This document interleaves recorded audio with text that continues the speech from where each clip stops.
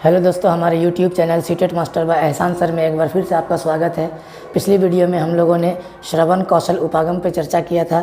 आप लोगों ने वीडियो को देखा, उसे सराहा, इसके लिए बहुत बहुत धन्यवाद। आज हम फिर एक महत्वपूर्ण यानी इम्पॉर्टेंट वीडियो लेकर आपके सामने हाजिर हुए हैं, जिसका आज के वीडियो का यानी क्लास का टॉपिक है लेखन कौशल उपागम। यानी हमें 4 कौशलों को पढ़ना है।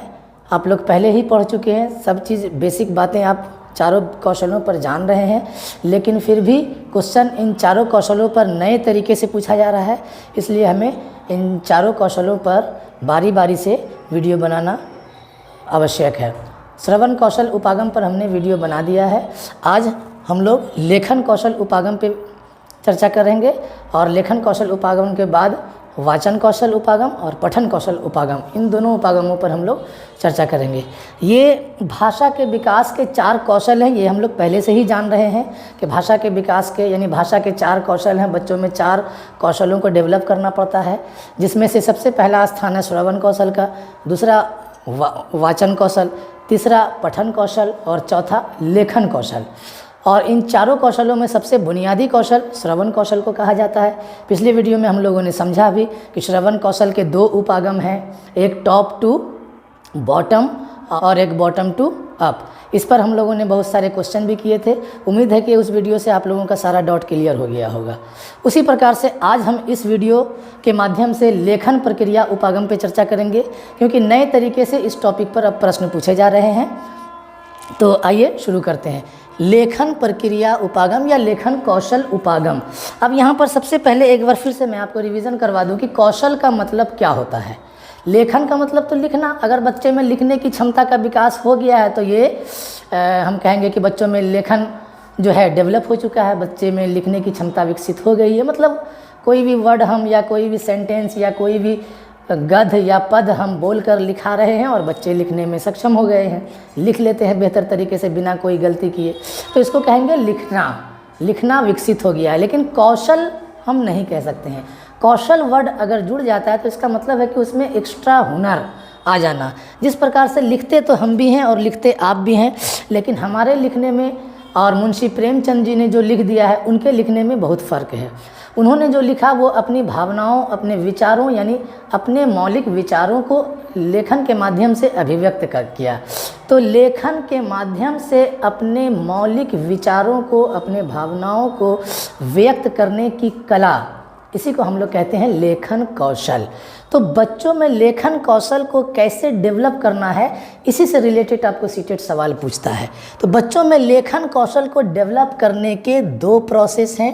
एक का नाम है प्रक्रिया उपागम और एक का नाम है उत्पाद उपागम। अब आप जनरल वे में समझ लीजिए कि जैसे छोटे बच्चे हैं जिसके अभी लिखना पढ़ना कुछ नहीं आता है, पहली कक्षा का बच्चा है, तो हम लोग सबसे पहले क्या करते हैं, उसे बेसिक चीज़ें बताते हैं। मतलब भाषा के विभिन्न तत्व जैसे ध्वनि, स्वर, वर्ण, उसके बाद शब्द, वाक्य आदि धीरे धीरे उसको पढ़ना, लिखना, पहचानना सिखाते हैं और लास्ट में उसे लिखना सिखाते हैं। धीरे धीरे बच्चा लिखने और पढ़ने में सक्षम हो जाता है। अब हमें उसके लिखने और पढ़ने में कुशलता डेवलप करना है। तो कुशलता डेवलप करना है का मतलब ये होता है कि अब हम बच्चों में वैसी लिखने की सलाहियत पैदा कर दें जिससे कि बच्चा अपने मौलिक विचारों को या अपने अनुभवों को अपनी सोच से, अपनी कल्पना से, अपने मूर्त या अमूर्त विचारों से उसे लिखने में सक्षम हो जाए। जैसे एग्जाम्पल के रूप में कि बच्चे हमारे पास आए 2 जनवरी को क्लास में, हमने कहा कि चलो सभी बच्चे कल 1 जनवरी को नए साल के मौके पर, नया साल 1 जनवरी आपने कैसे बिताया, उसे आप 10 वाक्य में या 1 पेज में लिखकर हमें बताएं। तो अब जो बच्चे लिखेंगे वो अपने अनुभव को लिखेंगे, अपने मौलिक विचारों, अपनी कल्पनाओं से सोच कर लिखेंगे। अब वह लिखने में उसको व्याकरणिक पॉइंट ऑफ व्यू से भी वो सही लिखेंगे और अपने विचारों को कितना बेहतर तरीके से वो लिख पाते हैं, ये जितना बेहतर तरीके से लिखेंगे उतना बेहतर हम कहेंगे आप में लेखन की कुशलता है। लिखने की कुशलता है। तो एक बच्चे को बेहतर तरीके से यानी बेहतर लेखक बनाने का क्या तरीका है, बेसिक चीज़ वो जान चुका है, यानी वो लिखना और पढ़ना जान चुका है। जिस तरीके से हम और आप लिखना पढ़ना जान गए हैं, कुछ भी आप हमें बोले, कुछ भी हम आपको लिखाएंगे, एक पेज आप आसानी से लिख लेंगे, कहीं स्पेलिंग मिस्टेक नहीं होगा। लेकिन लेखन कौशल तब कहलाएगा जब आप अपने मौलिक विचारों को लिखने में सक्षम हो गए। कहीं घूमने गए, पिकनिक मनाने, वहाँ से आने के बाद आपने अपनी अनुभवों को लिखित रूप से शेयर किया, या मान लीजिए कि समाज में कोई मुद्दा है, उस सामाजिक मुद्दे पर पेपर में आपने अपना आर्टिकल छपवाना है, उसके लिए आपने एक लेख लिखा। तो वो सारे लेख, या आप डायरी मेंटेन कर रहे हैं, या आप छोटी छोटी कहानियाँ लिख रहे हैं, या आप कविता या शायरी लिख रहे हैं, तो ये सारे लिखने में आप कितने कुशल हैं। और इस कुशलता को आप में यानी बच्चों में डेवलप करने का क्या प्रोसेस है। तो याद रखें, लेखन कौशल उपागम के 2 उपागम हैं। एक को कहते हैं लेखन प्रक्रिया उपागम और एक को उत्पाद उपागम। लेखन प्रक्रिया उपागम का मतलब हुआ कि आप अपने मौलिक विचारों को, यानी 2 तारीख को मैंने कहा कि बच्चों को कि 1 तारीख को आपने क्या क्या किया उसे लिखिए।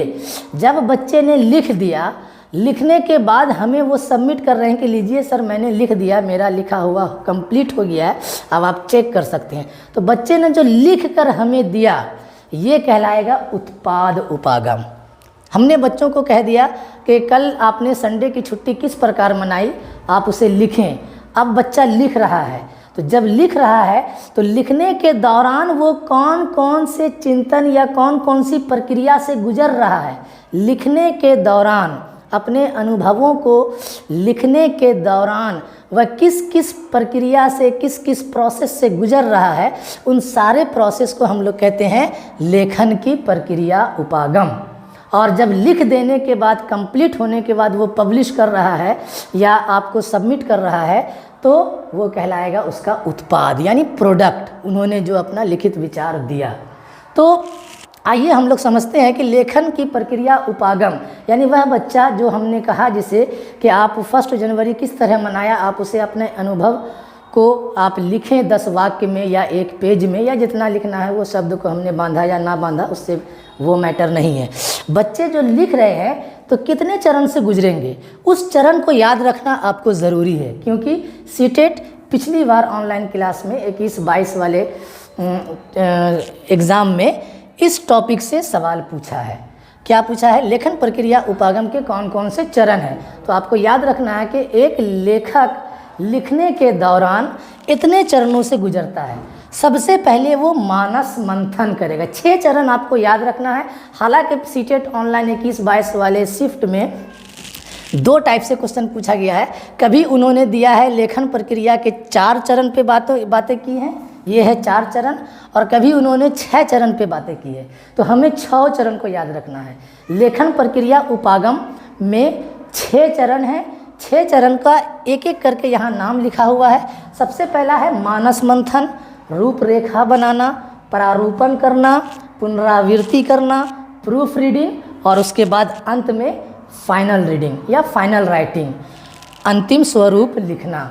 ये लेखन प्रक्रिया के 6 चरण हैं। यानी जिस बच्चे को हमने कहा कि कल आप 1 जनवरी आपने नया साल किस तरीके से मनाया उसे आप लिखें, तो सबसे पहले वो अपने दिमाग में एक रूपरेखा बनाएगा। दिमाग में रूपरेखा बनाएगा कि कहाँ से शुरू करें, सुबह उठकर हमने क्या किया, क्या क्या किया, ये सब एक फॉर्मेट वो पहले दिमाग में अमूर्त चिंतन करेगा, जिसको अमूर्त चिंतन को हमने कह दिया मानस मंथन या ब्रेन स्टॉर्मिंग। और भी कई वर्ड इसके लिए इस्तेमाल सीटेट कर सकता है, लेकिन उसका अर्थ यही निकलेगा कि जब हम लिखने के पहले किसी चीज़ को सोचते हैं कि क्या लिखे, कहाँ से शुरू करें, कैसे स्टार्ट करें, वो कहलाएगा मानस मंथन। और कलम उठाने से पहले हम एक रूपरेखा अपने माइंड में ही तैयार कर लेते हैं कि हाँ यहाँ से शुरू करें, ये पॉइंट हमको लिखना है और इतना तक में फाइनल कर देना। ये कहलाता है आउटलाइनिंग यानी रूपरेखा बनाना। रूपरेखा जब आप बना लिए, दिमाग चला लिए, क्या लिखना है, कितना लिखना है, सब फाइनल कर लिए आप दिमाग में, अब आप कलम उठाते हैं और लिखना शुरू करते हैं। लिखना शुरू कर देते हैं, उस लिखने को कहते हैं मसौदा तैयार करना या रूपरेखा प्रारूपण। ड्राफ्टिंग करना। ड्राफ्टिंग का मतलब ही होता है लिखना, किसी सोची हुई बात को लिखित रूप देना, कल्पना में आई बात को लिखित रूप देना, अमूर्त चिंतन जो हम कर रहे थे किसी विषय पर उसको मूर्त रूप देना लिख कर। तो ये प्रारूपण क्या है, तीसरा स्टेज है। प्रारूपण का मतलब क्या हुआ, लिखना। अब लिखने के बाद हम एक बार चेक करते हैं उसे कि हमारे लिखने में कहाँ कहीं कोई गड़बड़ी तो नहीं है। एक बार पढ़कर देख लेते हैं कितना बेहतर तरीके से लिखा गया है, कहाँ पर और एडिट करने की ज़रूरत है, कहाँ पर कुछ और जोड़ने की ज़रूरत है, इस सेंटेंस को, इस बात को हम किस तरीके से और लिख सकते हैं। ये सब जो हम लोग करते हैं उसको कहते हैं एक बार प्रूफ रीडिंग। प्रूफ रीडिंग यानी एक बार रिवाइजिंग कर लेते हैं और प्रूफ रीडिंग कर लेते हैं। उसके बाद हमें वहाँ पर ज़रूरत पड़ती है कि कहीं पर चेक चाक करना, एडिट करना, कहीं गलत करना, कहीं और ऐड करना। तो ये दोनों मिलकर कहला सकता है आपका एडिटिंग। एडिटिंग का मतलब होता है संपादन। ये संपादन के बाद आप फाइनल रीडिंग कर देते हैं, यानी फाइनल आप उसको दोहरा देते हैं। क्लियर है। तो ये 6 स्टेज है। सबसे पहला आपको जानेंगे मानस मंथन, उसके बाद रूपरेखा बनाना, उसके बाद प्रारूपण करना मतलब लिखित काम शुरू करना, लिखने के बाद फिर उसको एक बार रीचेक करना, रिवाइजिंग करना कि हमने क्या लिखा, रिवाइजिंग के बाद फिर प्रूफ रीडिंग, फाइनल रीडिंग के बाद अंतिम रूप से लिखना। इसी को कभी कभी सीटेट 4 ही स्टेज पूछता है। तो 4 स्टेज ये है कि पहला कल्पना करना यानी मानस मंथन यानी ब्रेन स्टॉर्मिंग, दूसरा है प्रारूपण, तीसरा है संपादन, चौथा है दोहराव। प्रारूपण वही हो गया ड्राफ्टिंग, संपादन मतलब एडिटिंग, और दोहराव मतलब यहाँ जो आपने लिखा है दोहराना, रिवाइजिंग करना। तो आप या तो ये स्टेप भी याद रख लें या ये स्टेप याद रखें। ध्यान रहे मानस मंथन और रूपरेखा ये दोनों दिमाग में ही काम हो रहा है।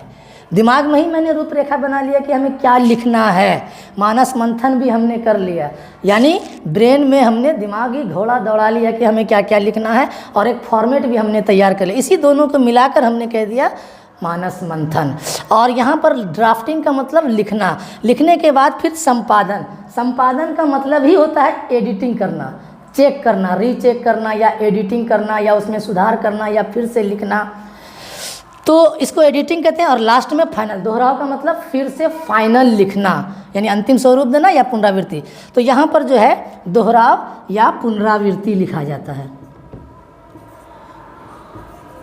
तो लेखन प्रक्रिया उपागम के 6 चरण हैं, ये याद रखेंगे, या 4 चरण हैं, ये याद रखेंगे। तो लेखन प्रक्रिया उपागम के इन 6 चरणों को अगर आप याद रखते हैं तो इससे रिलेटेड आपको कई क्वेश्चन पिछली बार भी पूछा गया है और इस बार भी पूछा जाएगा।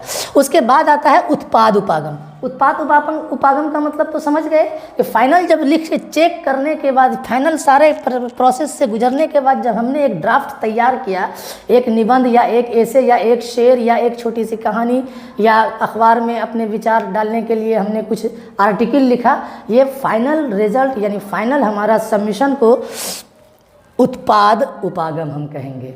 क्लियर है यहाँ तक में कहीं कोई दिक्कत नहीं होना चाहिए। अब देखिए कि सवाल इस पर किस टाइप से आता है, इस पे थोड़ी हम लोग चर्चा कर लेते हैं।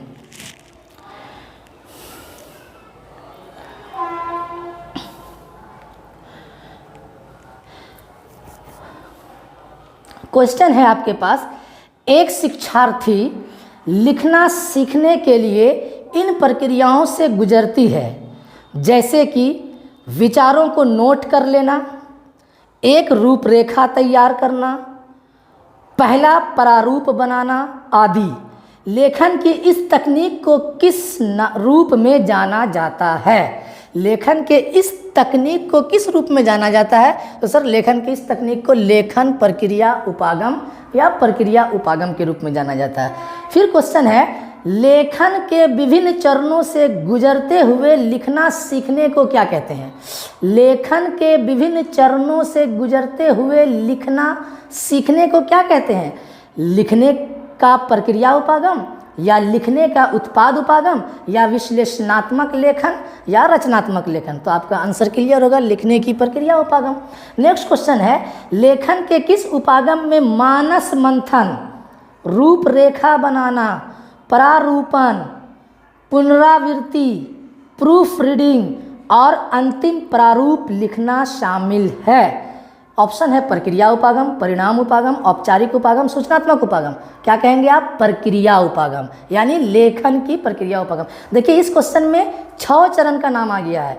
लेखन के किस उपागम में मानस मंथन, रूपरेखा बनाना, प्रारूपण, पुनरावृत्ति, प्रूफ रीडिंग और अंतिम प्रारूप लिखना, ये शामिल है। किसमें शामिल है? प्रक्रिया उपागम में या परिणाम उपागम में या औपचारिक उपागम में या सूचनात्मक उपागम में? तो प्रक्रिया उपागम। नेक्स्ट क्वेश्चन है, ये सारे क्वेश्चन जो मैं पढ़ रहा हूँ ये प्रीवियस ईयर क्वेश्चन है, मतलब ऑनलाइन एग्जाम 21-22 में जो हुआ था उसी का ये क्वेश्चन है। लेखन का वह उपागम जो लेखन के द्वारा लिखना सीखने का समर्थन करता है। लेखन के द्वारा लिखना सीखने का समर्थन करता है। कौन सा उपागम? प्रक्रिया उपागम, उत्पाद उपागम, संज्ञानात्मक उपागम, रचनात्मक उपागम। सिंपल है, प्रक्रिया उपागम। लिखने के द्वारा लिखना सीखना, यही कॉन्सेप्ट यहाँ पर है, लिखने के द्वारा ही हम लिखना सीख रहे हैं। नेक्स्ट क्वेश्चन है बड़ा, निम्नलिखित में से कौन सा कार्य लेखन की प्रक्रिया उपागम है और कौन सा लेखन का उत्पाद उपागम है? ए, कथन ए दिया हुआ, परिस्थिति ए। आप अभी जिस कक्षा में हैं उसे देखिए, अपने दोस्तों के साथ अवलोकन करें, वस्तुओं को, व्यक्तियों और क्रियाओं के बारे में सूचनाएं एकत्र करें, विचारों और बिंदुओं को लिखिए, एक रूपरेखा विकसित कीजिए, मसौदा लिखिए, संपादन कीजिए और अंतिम मसौदा लिखिए, उपर्युक्त अनुच्छेद को शीर्षक दीजिए। ये एक कंडीशन है। दूसरा कंडीशन है, सांप की आत्मकथा पर 200 शब्दों में अनुच्छेद लिखिए। अब आप गौर करें, पहली परिस्थिति में हमने इन सभी चरणों को मोटा मोटी पढ़ दिया। पहली परिस्थिति एक बार फिर से पढ़ते हैं। आप जिस कक्षा में हैं उसे देखिए, अपने दोस्तों, अपने रास्तों के साथ अवलोकन करें, वस्तुओं, व्यक्तियों, क्रियाओं के बारे में सूचनाएं एकत्र करें, विचारों और बिंदुओं को लिखिए, एक रूपरेखा विकसित कीजिए, मसौदा लिखिए, संपादन कीजिए और अंतिम मसौदा लिखिए। अंतिम मसौदा यही कहेंगे, अंतिम स्वरूप या अंतिम मसौदा, इसको हम अंतिम मसौदा यहाँ क्वेश्चन में कह रहा है, तो अंतिम फाइनल ड्राफ्टिंग कह सकते हैं हम, फाइनल ड्राफ्टिंग। और दूसरी परिस्थिति दिया हुआ, सांप की आत्मकथा पर 200 शब्दों में एक अनुच्छेद लिखिए। सांप की आत्मकथा, कोई कहानी में सांप की कहानी दी गई है, सांप ने अपने उस कहानी के अंदर सांप ने अपनी जो आत्मकथा की है उसी को लिखना है। तो यहाँ पर हमें मानस मंथन नहीं करना पड़ रहा है, उस कहानी में हमने जो पढ़ा है उसी को हमें लिखना है। या यूँ कह सकते हैं कि एक बच्चे को हमने कहानी सुनाई और सुनाने के बाद उसी कहानी को दोबारा उसे लिखने को कहा, तो यहाँ पर क्या है, ब्रेन स्टॉर्मिंग वगैरह में नहीं जाएगा, ये सारे प्रोसेस को वो अपनाएगा नहीं।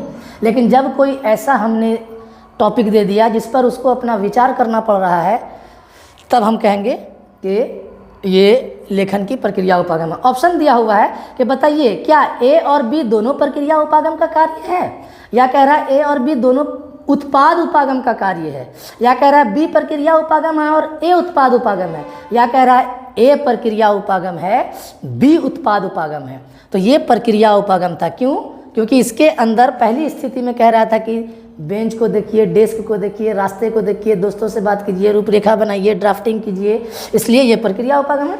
और दूसरे में कह रहा है सांप की आत्मकथा पर 200 शब्दों में एक अनुच्छेद लिखिए, ये प्रोडक्टिव स्किल कहलाएगा, यानी ये एक उत्पाद उपागम है। क्लियर है? क्योंकि यहाँ पर डायरेक्ट हमें लिखना है, लिखकर सबमिट करना है। नेक्स्ट क्वेश्चन पे आते हैं। लेखन के किस उपागम में मानस मंथन, रूपरेखा बनाना, प्रारूप, पुनरावृत्ति, प्रूफ रीडिंग और अंतिम प्रारूप लिखना शामिल है?